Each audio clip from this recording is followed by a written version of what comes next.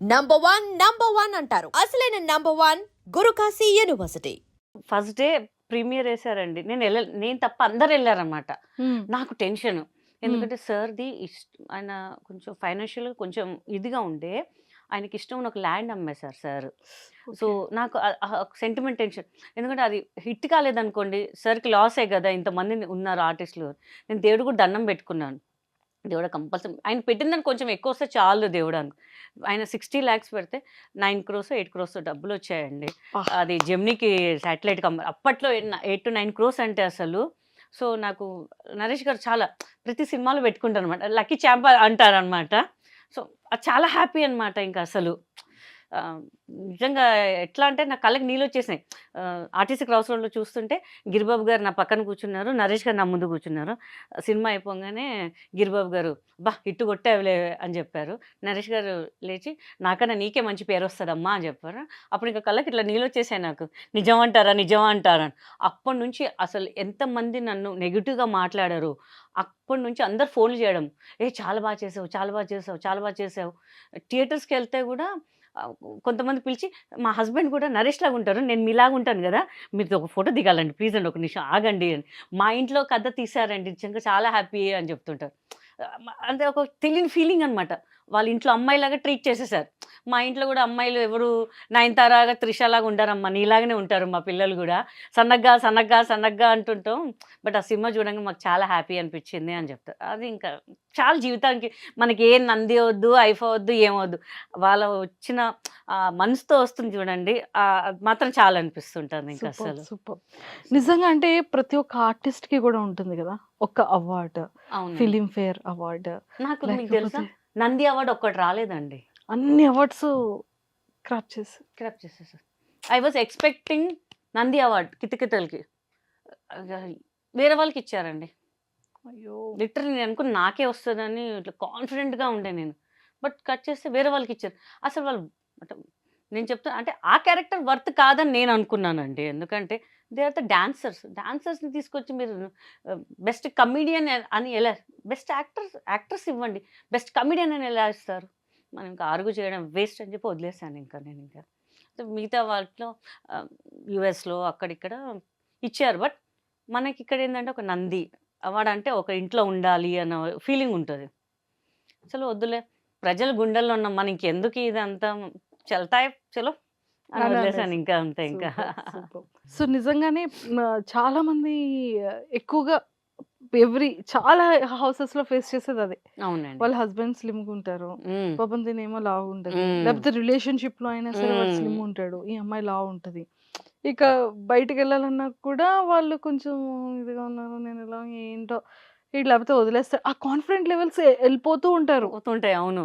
Yeah! జిమ్‌లో join అయితారా? Maximum 2 months చేస్తారు.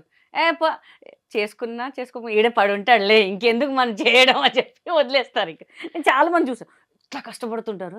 ఎందుకంటే పెళ్ళవ్వాలంటే నిజంగా మా ఇంట్లో సీరియస్‌గా ఉన్నారు. నేను ఒక 2, 3 monthsలో స్లిమ్ అయిపోతాను. దాంట్లో దీంట్లో జాయిన్ అయిపోతాను. చూస్తే మళ్ళీ రారింక మళ్ళీ వాళ్ళు. ఏ ఇంట్లోనే వదిలేసేయి చేసుకుంటే చేసుకోండి లేకపోతే వదిలేస్తాడులే అని చెప్పి అట్లా ఫిక్స్ అయిపోయారు జనాలు. అంటే కష్టపడాలంటే చాలా కష్టమండి అది. తగ్గాలనేది చాలా కష్టం. చెప్పడం ట్రూ. ఈజీయే అసలు. దాని వెనకాల ఎంత కష్టమో మాకు తెలుసు. ఆడియన్స్‌కి తెలుసు. ఏమంటారు? సీరియస్‌లీ.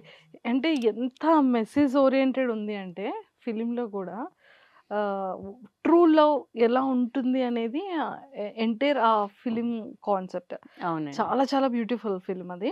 అండ్ మీకు బాగా ఫేవరెట్ సీన్ ఏంటి మ్యామ్? నాకు హనీమూన్ సీన్. ఆ! ఛీ! ఛీ! ఛీ! అట్లా కాదు. చెప్పొద్దండి. గబుక్కున అడిగితే ఎలా చెప్తారని హనీమూన్ సీన్స్ అని ఓహ్! మీరు. నాకు పూజ చేసేటప్పుడు నరేష్ గారొస్తారు. "ఏంట్రా" "ఏంట్రా బక్కోడా" అని చెప్తుంటారు. అప్పుడు నేను చెప్పలేకపోయినా. ఆయనకెలా చెప్పాలా బక్కోడా అని చెప్పేసి. నాకెందుకో అది చూస్తుంటే భలే అనిపిస్తుంటది ఆ సీన్ నాకు. చాలా ఇష్టం. ఓకే. ఎడమ కాలుతో తంతే కుడి కాలుతో తంతేదో డైలాగ్ ఉంటదనమాట. అవును. అవును. అసలు పోటీగా చేసామనమాట ఇక. ఆయనన్నారు, "ఎంత బా చేస్తున్నావు అసలు నువ్వు. ఒక 50 సినిమాలు చేసిన ఎక్స్‌పీరియన్స్ లాగా చేసేస్తున్నావు." "ఏమోనండి చేసే వరకు చేస్తున్నాం. మీ ఫ్యాన్స్ ఏమంటారో నాకు తెలీదు ఇంకా" అని చెప్పా. బట్ అందరూ బాగా రిసీవ్ చేసుకున్నారసలు. పాపం కాలు తొక్కండి అంటే కాలిలా నిజంగానే జస్ట్ ఇట్లా టచ్ చేశాను. అది అలా గ్రాఫిక్‌లో చూపిచ్చారు అంతే. చూపించారు. జస్ట్ ఇట్లా టచ్ చేశారు. నన్ను ఉంచుతారా మళ్ళీ ఈవీవి గారు ఇంకా. నిజంగా ప్రతి ఒక్క సీన్ కూడా ఇంకా చాలా సీన్ తీసేశారండి. ఓకే. బికాస్ కామెడీ కాకుండా సెంటిమెంట్ సినిమా అయిపోతుండే ఇంకా. నేను అదే చూసిన కొన్ని సీన్స్ అవి లేవన్నమాట. కరెక్ట్ గా ఆయన ఏం చేసినా కరెక్ట్ డిసిషన్ తీసుకుంటారు కదా. కితకితలు రీ రిలీజ్ అయితే ఇప్పుడు ఇంకా బాగుంటది కదా. చెయ్యాలంటే అన్ని సినిమాలు రిలీజ్ అయితే మా సినిమా ఎందుకు రిలీజ్ అవ్వట్లేదు అర్థం అదే కావట్లేదు. Naresh sir please Kithakithalu re release నేను చేయండి కూడా సార్. అందరు మా ఫ్యాన్స్ కూడా అడుగుతున్నారు అన్ని సినిమాలు రిలీజ్ అవుతున్నాయి. మొన్న ప్రెస్ మీట్ లో కూడా అడిగారు రీ రిలీజ్ చేద్దాం అంటే ఆడియన్స్ చెప్తున్నారు కితకితలు కదా అంటే ఆయన ఏదో సినిమా పేరు చెప్పారు. అవును ఆ, అవును. సరే ఇంకా లేదు మనం కూడా కోరుకుందాం, గట్టిగా కోరుకోవాలి ఇంకా అంతే గట్టిగా కోరుకునేది. సూపర్. అండ్ ఎంట్రీ ఎలా వచ్చింది ma'am? Film industry entry family background లో కూడా నాకు తెలిసి బ్యాక్గ్రౌండ్ ఏం లేదండి మందంతే. మాది సింపుల్ మిడిల్ క్లాస్ ఫ్యామిలీ అండి. మా నిజామాబాద్ మిడిల్ క్లాస్ అంతే. ఏదో సెలక్షన్స్ జరుగుతున్నాయంటే వెళ్ళాను అంతే. అప్పుడు నువ్వు నేను సినిమా రిలీజ్ అయింది ఆర్ఎఫ్సి కొత్తగా. అయితే మాకు తెలిసిన ఫ్రెండ్ వాళ్ళు ఒక యాడ్ చేశాను మా అంకుల్ వాళ్ళు.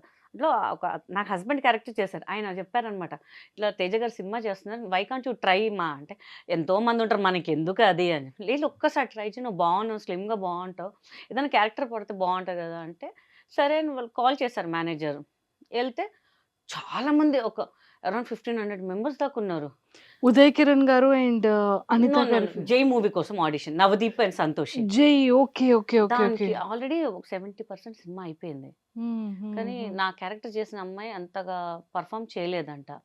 సో తేజ గారు ఏంటంటే each and every character correct గా ఉండాలి ఆయనకి. అవును. సో ఆయన రషెస్ చూసి ఆయనకు సాటిస్ఫాక్షన్ లేదు అసలు. లేదు మళ్ళీ రీషూట్ చేయాలి మొత్తం రీషూట్ చేయాలని చెప్పి మళ్ళీ సెలక్షన్స్ పెట్టారు. మనం వెళ్ళాం మన కాలేజ్ గోయింగ్ అప్పుడే తొక్క చేస్తే చేయండి ఫ్రీగా అయితే ఫిలిం సిటీ చూస్తున్నాం కదా మనం ఇప్పుడు అంటే కాలేజ్ క్రేజ్ అనమాట. మన ఇంట్లో అంత పాకెట్ మనీ ఇవ్వరు అప్పుడు 500 800 టికెట్. సర్లే ఇంకా అని చెప్పేసి అలా అలా అలా అలా ఆయన అబ్జర్వ్ చేసాం. ఆయన చెప్తున్నారు అట్లా అట్లా అట్లా మనకు టర్న్ వచ్చింది.